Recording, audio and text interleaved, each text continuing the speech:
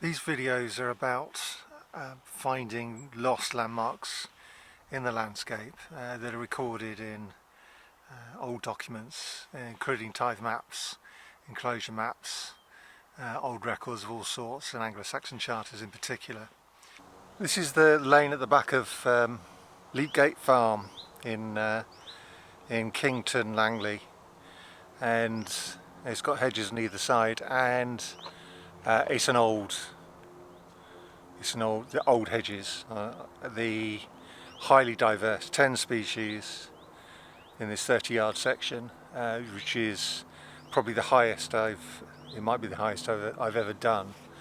Now the justification for choosing this particular hedge is it's called Leapgate, which is an old word which means the gate over which deer can leap.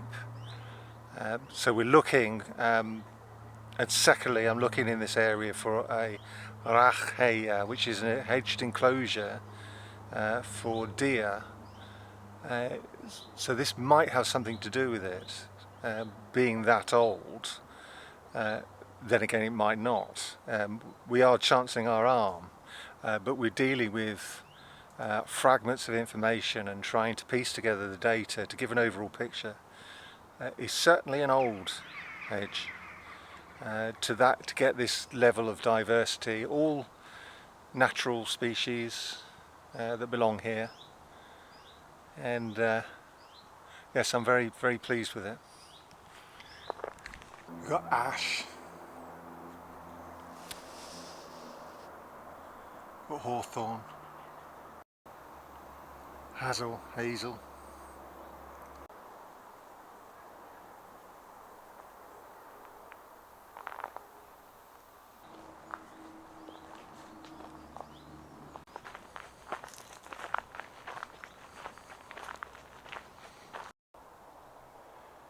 These two leaves are from two different bushes.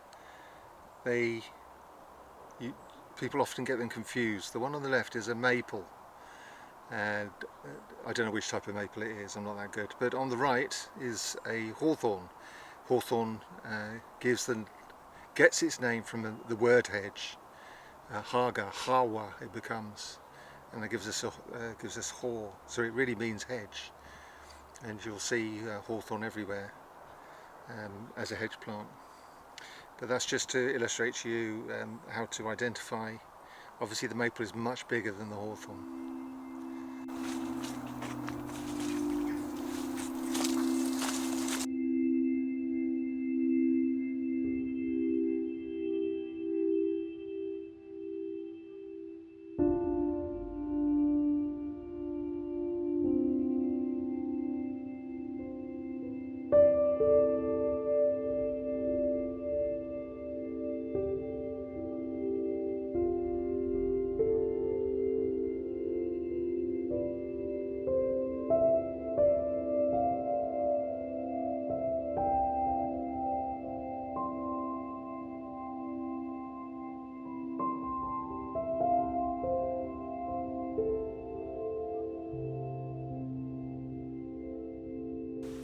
This stream, though a couple of miles away from where it's described in the Charter of Sutton, the previous video, it's certainly it's the same stream. It's just met earlier on. It is also mentioned obliquely by the word Arkford, the oak ford. Oh, there's been a lot of oaks. There's oaks here. No, that's an ash. There's plenty of oaks on the top of the ridge there, but yeah, it's quite hot, so I'm having trouble.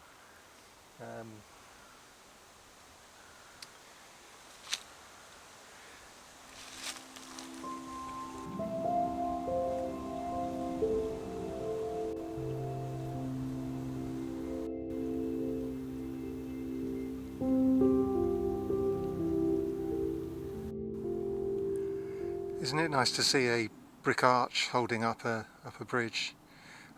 the bricks look like 1930s, sort of between 1880 and 1930 bricks, and it's not massively old, but it is old technique and long lasting, as you can see.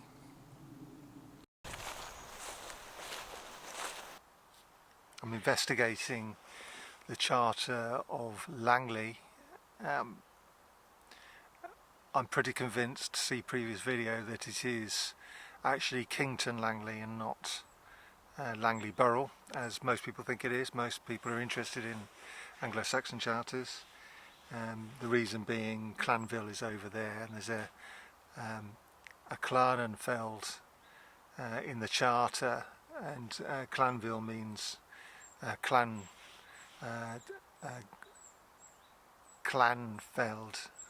according to the English Place Name Society, and one of the fields over there is called Clanfield.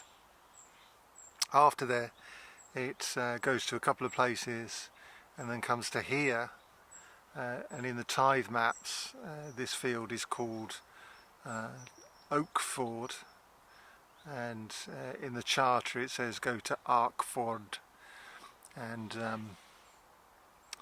Ark is Old English for oak, so I can identify that it is certainly, it must be mostly Kington Langley. Anyway, beside the point, that's where we are, down by the ford. I would have liked to have got in there to have a look.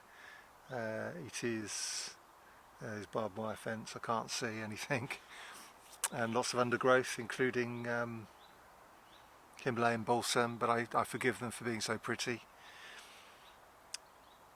It's a very hot day. I'm not going to be able to achieve much. I can't walk very far. I'm a bit hot, so it probably would be probably best not to overdo it. But I've got to come out. I've got to keep fit, which means pushing my boundaries. I can't just sit at home and waste away. So even though it's really hot here, I've still got to do something. So I'm going to do a couple of miles and then get back to the car.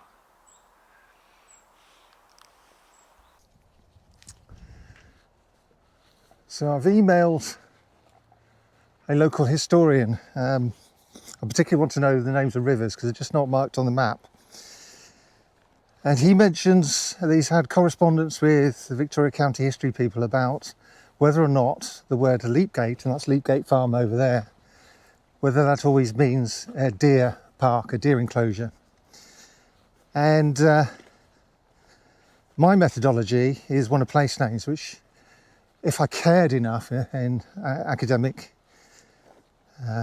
senses, I would be in a Department of English rather than a Department of Mannish Nosology. So I have to take my sources are people like Ekwall, Grundy, so on. And no, Grundy's not, he's a classicist. So people like Margaret Gelly. I've just spotted a ford, by the way. Can you see that? That could be the ford we're looking for, the Arkford. And look, there's an oak.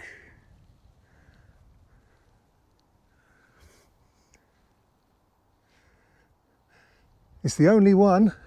Oh, there's more oaks over there. But these are willows. That's a holm oak over there. That's an evergreen oak. Willows are the dominant plants. But anyway, what Ekwall says about his entry for Chlap, which means to leap, is that it is something that you leap over, obviously. And he says, when it comes to further on in his entry, he gives two examples of hind leap and hart leap, both of which are deer names, hart and hind, which is telling. And under his entry for Lipiat, he says, which is Chlep, yet in Old English, the leap gate. he says that it is something that deep deer will jump over, and that's his definition. It is now a human being. Well, let's put it like this: you wouldn't just have a gate in a field without anything attached to it. The gate provides an opening into an enclosed space. Now, what is it that encloses that space? It's a hedge or a fence. You could do a stockade. Remember, we're talking about keeping game. So it has to keep animals out and people out. Now, but obviously people need to get into it legitimately to do work. So it is, you need a gate on it. So something that could keep things in or out, depending what you want it to do. But in this case, keep things in. So a deer can jump over it, but if there's a ditch on the inside, he can't jump back out again. And that's crucial in understanding what's going on with it. So that area that gate is enclosing is an area that holds deer and other wild game, huntable game, prestige game, and human beings can open the gate. They can walk down into the ditch and then up again on the other side, but deer can't operate a latch, so they have to jump. So it's this leaping gate thing is a one-way system.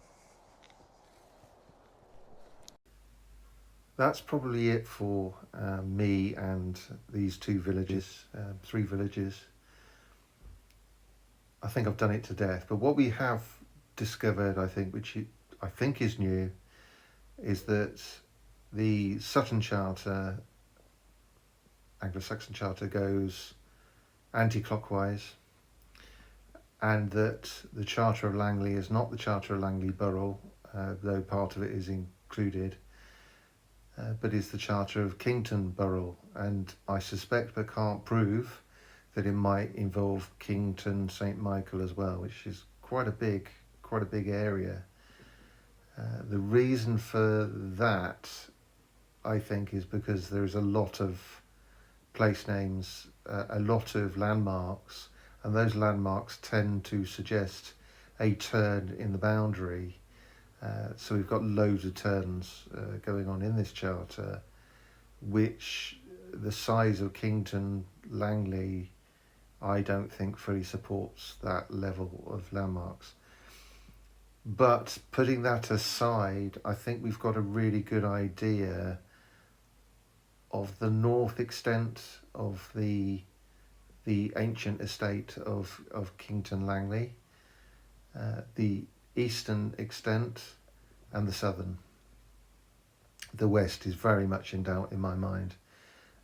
But I don't want to overplay this. There are loads and loads of landmarks I can't place. Grundy, the professor of Oxford, who solved hundreds of Saxon charters, he couldn't really get anywhere with this. So I'm pleased to be able to lay this information in the public domain. For Kington Langley, there are plenty of place names on the western side and a couple on the eastern that suggest the control of game, of deer, of roe deer, including Lipgate.